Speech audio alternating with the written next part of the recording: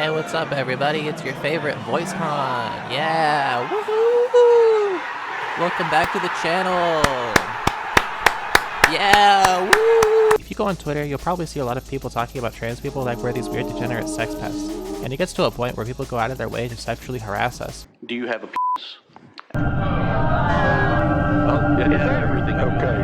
I don't know what my rights are. In my experience, though, you know, as an actual trans person, things could not be more opposite. You see, I'm on the asexual spectrum, which I guess means that I'm asexual in a really specific way, and we're going to talk about that, but it's pretty wild to me that so many cis people see trans people as an inherently inappropriate concept, when I know damn well that most of us hate our, bits and bobs.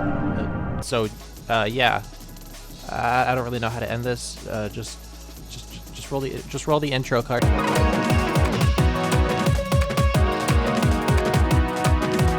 There's this weird obsession that cis people have with trans people's sexuality that, just so you know, cis people, seems entirely psychotic to us. I love you, bitch. Oh my God.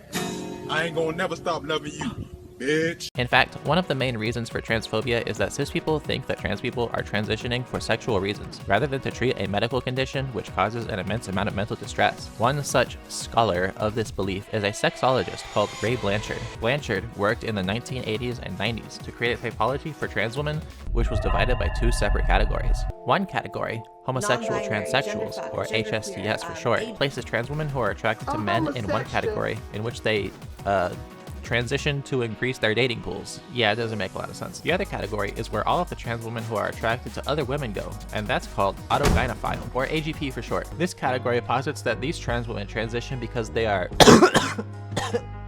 attracted to the idea of being women. Blanchard is a really weird guy, and I'm gonna make a video about him more extensively in the future, but my point here is that his work contributed to the growing trans derangement syndrome worldwide. One such group who has taken these claims and ran with them is the Trans-exclusionary Radical Feminists. They are a very hateful set of cishons who revel in the suffering of trans people because they essentially think that we're all AGP and because they're ugly bitches. The prey lowers their guard, fooled that they are dealing with one of their own, when they are dealing with someone who wants to maul them. The only reason they think we transition is to invade women's spaces and to get off to being women.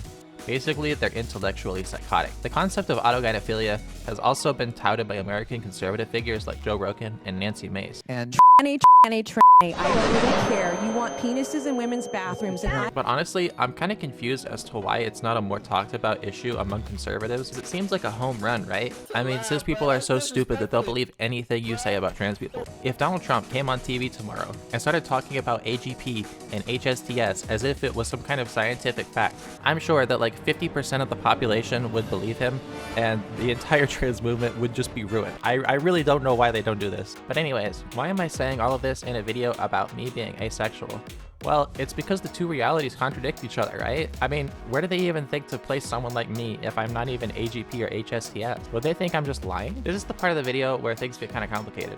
Allow me to explain. I have never been able to imagine myself in any sexual situation in the body I inhabit. I mean, believe me, I've tried. But it only really solidified for me that I literally cannot have sex in my body. Like, it's simply just not gonna happen. I'm attracted to the idea of being with a man, but being with a man in this body makes me really uncomfortable. It's the same with women. In addition to that, I have never really wanted children or a family, and the idea of being in a relationship with most types of people makes me feel very claustrophobic and uncomfortable as well. Basically, I need a lot of space, and I need to not think about my body, so I'm ostensibly asexual. And this is what I mean when I say that being trans made me asexual. You get my point? This is where the idea that being trans as a pursuit of sexual exploits breaks down entirely, because the entire reason for being a transsexual, as both transsexuals and the medical world at large understand it, is to simply be more comfortable in our bodies as a result of a neurological intersex condition. The only people who actually think that trans people are sex pests are inherently emotional and irrational people. They look at us and think that we're doing all of this for the only reason that they can fathom doing it for themselves, which is honestly pretty fucking revealing about their natures, not ours.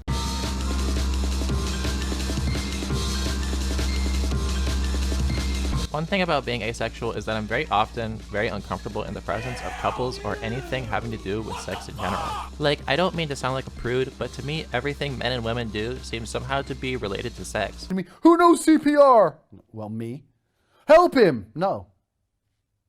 Why? Because I ain't gay. I mean, I guess that's the whole point of life, right? You grow, reproduce, and die. But to me, the whole process just grosses me out on like an instinctual level. A part of me feels humiliated even being a part of a species which reproduces, because it means that must be my function, right? I don't know. To me, the whole idea of sexualization and reproduction feels very dehumanizing, especially as a trans person. When you're trans, people will start asking you all sorts of strange and weird questions. Like, this one time, some guy came up to me while I was working and asked me if I still had my well, you know. Like, imagine seeing another human being who you don't even know and who is currently occupied with work, no less, and thinking, yeah, I'm gonna go ask that person about their genitals. Like, Brody, you are a creep. Leave me the fuck alone. Another thing that's really weird, but sadly really common, is that when you tell people that you're trans, at least at the beginning, they'll say some shit like, You should at least wait until you've had sex. and this is exactly what I'm talking about. The only context cis people seem to be able to comprehend for being trans is primarily for sexual reasons. Like, I'm sorry, I just can't get past the irony of this situation, because they're accusing us of doing what they would do. It gives me the same vibes as when a Christian assumes that you can't be a moral person without believing in God. Like, what? Would you do bad things if you didn't believe in God? Sir, you are not a normal person.